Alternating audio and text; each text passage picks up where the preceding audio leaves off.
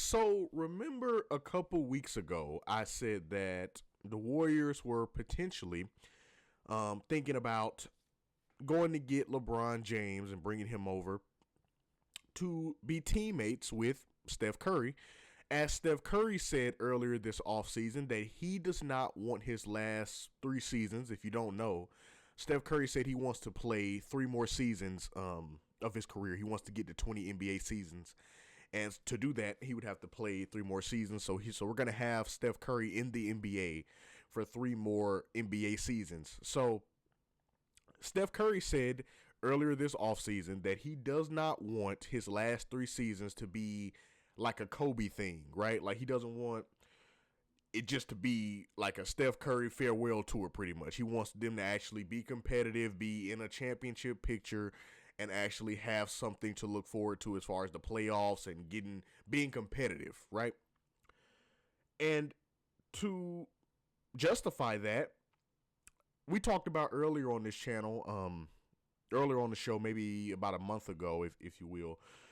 Earlier on the show, we talked about the potential of the Warriors maybe going to get LeBron James, as LeBron James will be a free agent, and Steph Curry and LeBron James have both been vocal about wanting to be teammates with each other, and this would be the perfect time to do that if they were ever going to be teammates. Well, apparently, the Warriors not only want to get LeBron, no, they don't just want to do that. They want to also bring over Anthony Davis. And I was thinking that me saying the Warriors going to get LeBron, I'm thinking that's like far-fetched, right? But apparently not. It's forget Chill's expectations. They're not only trying to go get LeBron James, they're also trying to acquire Anthony Davis from the Washington Wizards as well, which will pair back up LeBron James and Anthony Davis. But this time, it will be in a Big Four format because the Warriors are still going to try to keep Draymond Green. So the team, if everything works out how they want it to, would be Steph Curry, Draymond Green, LeBron James, and Anthony Davis on the same team when they start off the season. And allow me to say this right now. Hold on, I got to take a drink. Hold on.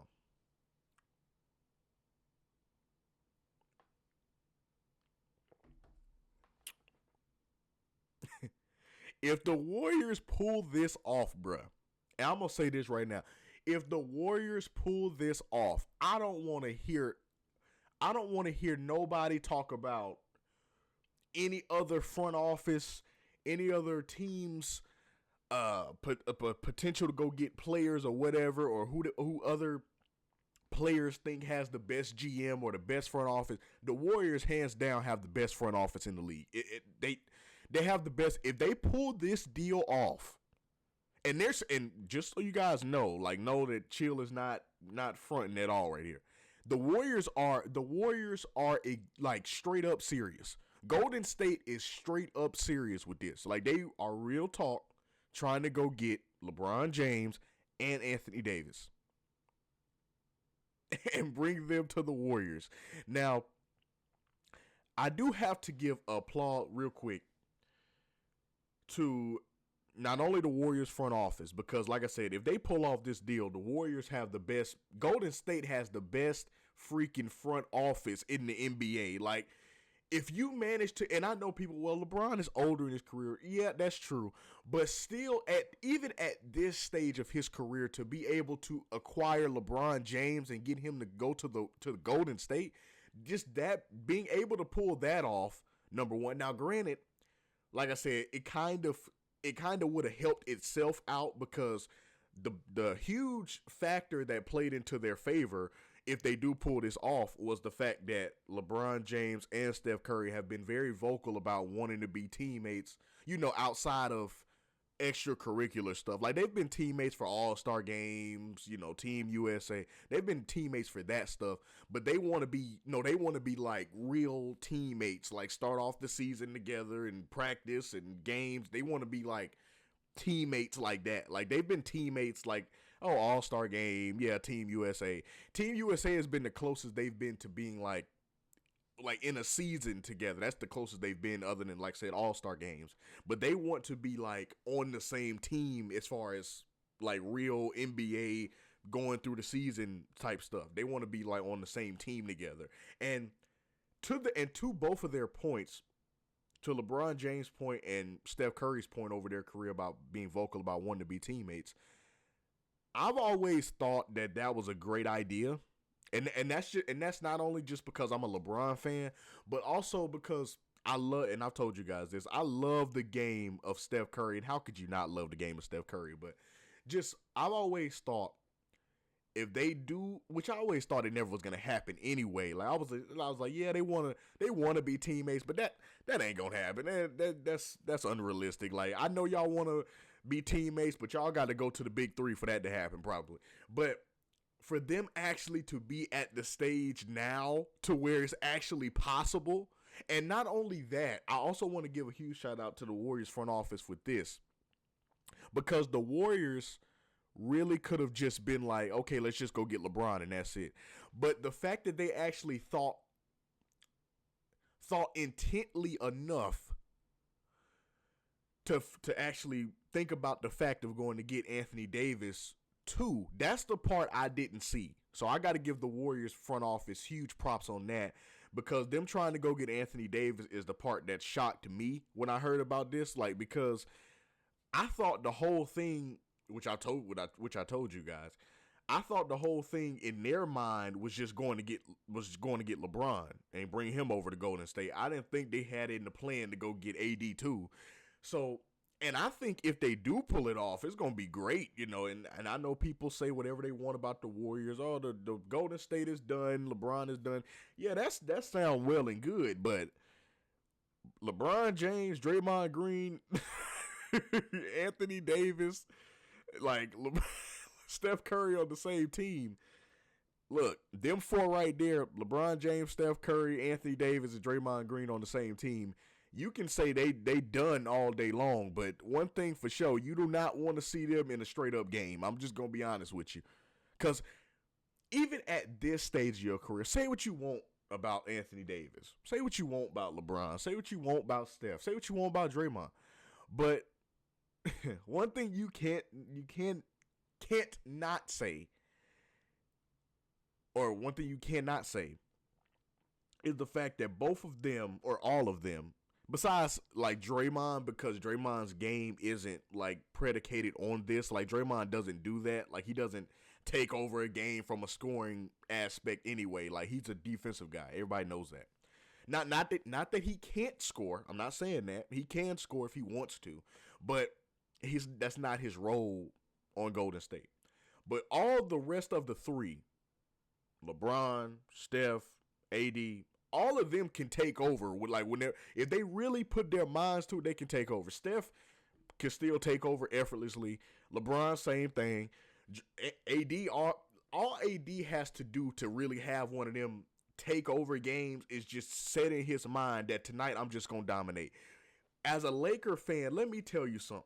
And I know Anthony Davis has gotten a lot of flack over his career for the injuries and the not being sustainable and not being available and all that stuff. Yes, he has. And I'm not even going to go out on a limb and say that stuff is undeserved, because from an aspect of, I know he has had a lot of injuries throughout the course of his career.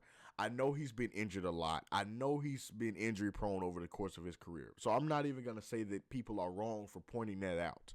They're just, if anything, holding AD accountable, right? However, those injuries aren't his fault.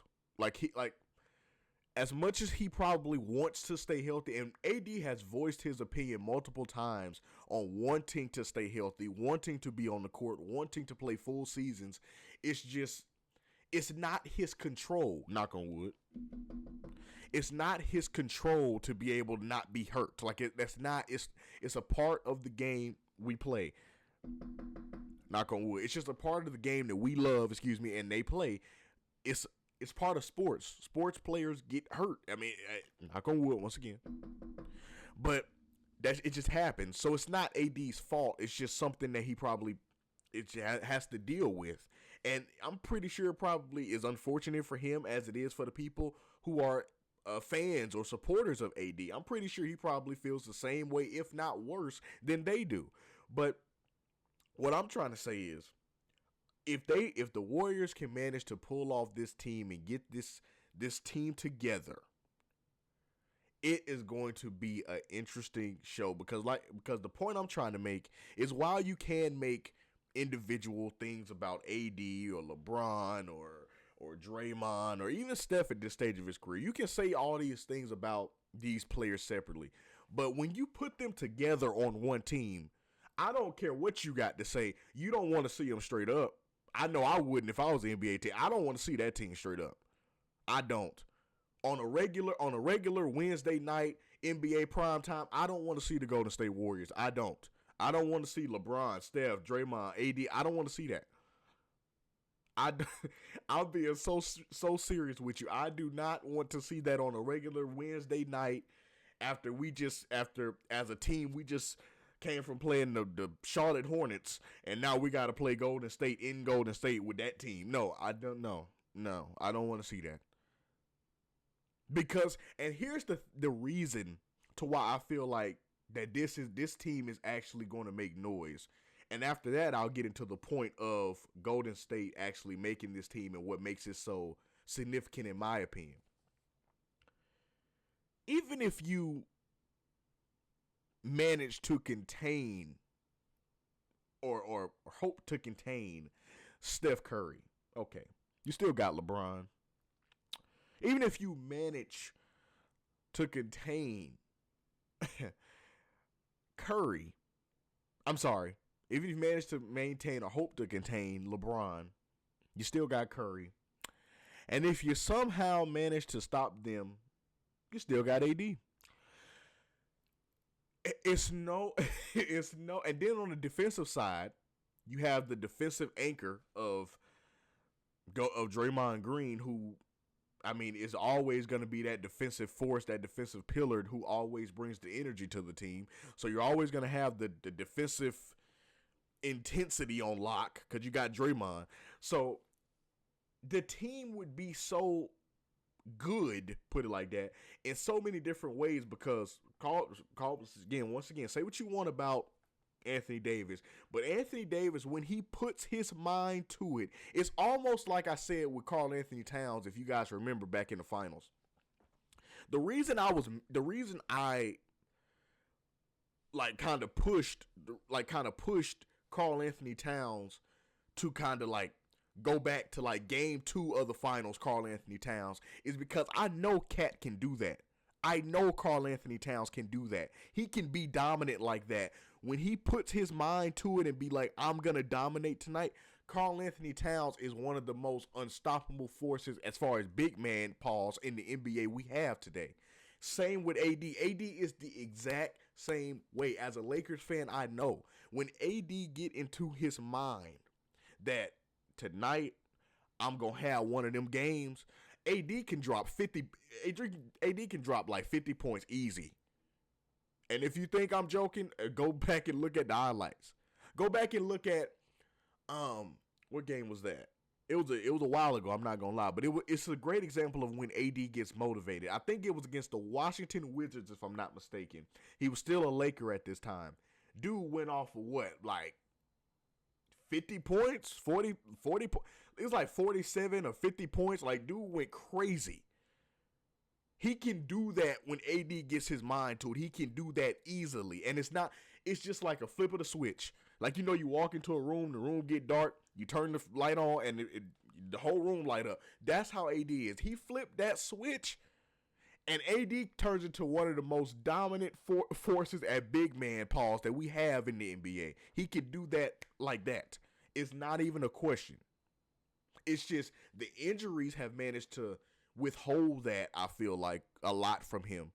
But maybe this new situation, maybe him going to the Warriors, maybe him getting to Golden State to where he knows that they can win something as far as like really be able to win something, able to compete. Maybe that does spark something in AD to where, who knows, maybe the injuries go down. Knock on wood. Maybe the injuries decrease this year. Maybe he's not injured as much. Maybe he just has a couple knickknacks, knock on wood again. But maybe he just has a couple, not too serious injuries to where he's just sitting out just for rest. Maybe that turns out like that. Maybe him knowing that this situation can turn into something great, not only for him, but also for the team and for the legacy of these players. Because the great thing that I love about about this potential team teaming up is, you guys know, I love a story. Okay, Chill loves a story, and the story with this team would be that all of these players individually, technically, have been written off. All of them. Every single one of them have been written off. LeBron, they say, okay, his time is up. Your time is over. You're too old. That's what they're saying about LeBron right now. Steph Curry, pretty much the same thing. All right, your time is getting up. Your time is up. You're old. You're still Curry, but same thing with LeBron. Like, you're still LeBron, but no, your time is done, right? Draymond Green, they say that he can't do anything. He should probably go on the analyst desk, right? So he can't do anything. Okay. And about Anthony Davis, they say that he's injury prone and he's not effective at this stage of his career, right? All of those things are the narratives of those four players, right? Those four players have those narratives. So they team up, right? All of these broken or not fully together players, past their prime, if you will. All of these players team up together, right? Could you imagine all of these players team up and they silence all the critics, all the doubters, all the hate that was out there for them? They silenced that by teaming up together and collectively forming one of the best NBA teams in the league. And the best part is that, in my opinion, and I know it's still LeBron, I know it's still Steph, I know it's still these players, don't get me wrong about that. I know it's still these players. But the best part about it, in my personal view, the best part about it to me is the fact that nobody can really say anything this time. Here's why. Now, just bear with me now. Nobody can really say anything this time. Because once again, going back to what I just said, what did they do wrong? They put four done players on one team and became one of the best teams in the league. What did they do wrong? Nobody cheated. Nobody went to go get the best player in the league, or nobody went to go trade for the second best player in the league, or nobody came off a max contract. Nothing. They put four done players on one team and became one of the best teams in the league. That will be a great, I'm talking about movie-worthy story. That's all they did. And in my opinion, can't nobody be like, oh man, they cheated, man. They went and got LeBron, and they went and got AD, and they went and got. I mean, well, LeBron and AD were done anyway, right? So I mean, what was the point? They went and okay, LeBron and AD were done, so they went and put them on the Warriors. And how did they know they was gonna end up having one of the best teams in the league? They didn't know that, because they thought, from everything they was hearing, they were done. They thought they were done. They thought they were cooked. They thought they were cooked. So,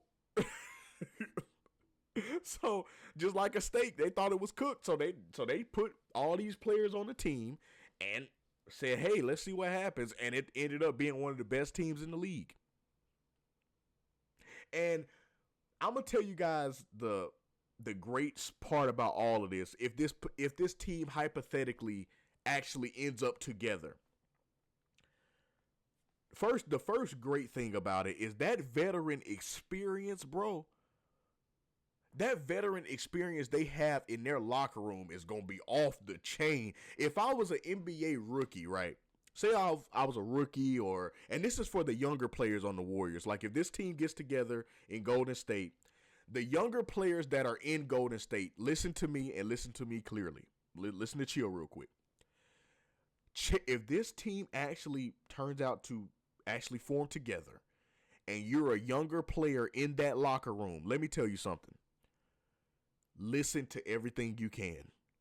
Gain that wisdom, bro. Because you are never in your career going to have the chance to be around LeBron, Curry, Draymond, AD to get all that veteran experience, all that veteran wisdom. All these players have done everything you would want to do in your career. They've won titles. They've been to All-Star games. They've won MVPs. One of them is the all-time scoring leader. They know what it feels like to play over the expected amount of seasons. They know what it feels like to play the most seasons in NBA history. One of them knows what it's like to be able to keep up that athleticism. Well, actually, all of them really know what that's like. But I'm talking about Steph Curry right here. To keep up that athleticism, to be able to find something that you can do, that you can still manage to keep up throughout the course of your career. And with Curry, I mean that running around the paint and perimeter stuff that he does. He been doing that all his career and it ain't stopped. He still do it to this day. Older, younger, whatever. He still is able to do it and keep it up and maintain it, and that's what makes him unguardable. He knows how to get those. All these players know how to evolve their game later in their career to fit their play style. I always say this, and I applaud LeBron so much for this. LeBron, later in his career, he started learning how to shoot. Now, he always knew how to shoot threes. He had built his three-point shot up a while ago, but later in his career, he started shooting them more because he knew that as I get older, what they always say, what's the cliche in basketball? The last thing to go is your shooting. So LeBron knew if I really focus on these three-point shots, I can extend my career as long as I want to, not only because I'm LeBron, not only because I'm a force in the paint, not only because I can get to the rim at will, not only that, but also if I learn how to shoot, I don't have to exert so much energy. I don't have to worry about getting to the paint as much. I don't have to worry about, worrying about getting like that fatigue of going to the paint every time. I can just lay back, shoot the three, because I have that in my arsenal. AD later in his career has managed to maintain one of the biggest lob threats in the NBA, if not the biggest lob threat in the NBA, other than maybe Wemby. I would say AD is probably the maybe third, maybe top five biggest lob threat in the NBA, because you got Wemby, you got Chet, you got Cat, you got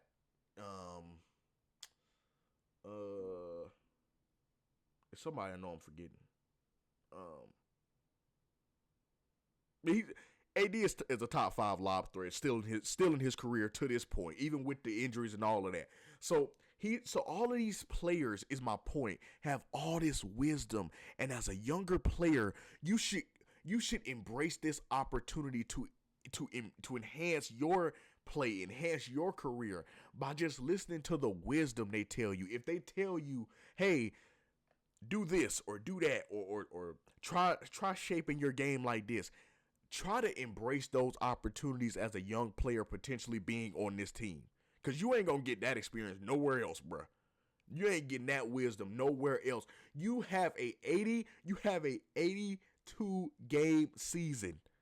You have an 82 game season with LeBron James, Anthony Davis, Steph Curry, Draymond Green, all in your locker room, and they've done everything you would want to do in the NBA, in your NBA career, and they can tell you how to get there. They can tell you what expectations you have when you get there, how you should approach it, how to handle your money, what agents to go to. They can give you all of that wisdom. So younger players for the Warriors, if this team gets together, just embrace their wisdom. Embrace their wisdom. And before we close this out, I also got to give a huge shout out to the Warriors front office because they freaking listen to Steph Curry. They listen to him. They listen. Curry applied the pressure and they listened. They applied the pressure. Look, Curry applied the pressure and they listened. They responded. Curry said, I don't want my last season to be like a farewell tour. The Warriors said, oh, yeah, okay, well, let's try to go get LeBron. Let's try to go get AD. Let's try to maintain Draymond. Let's try to make a big four.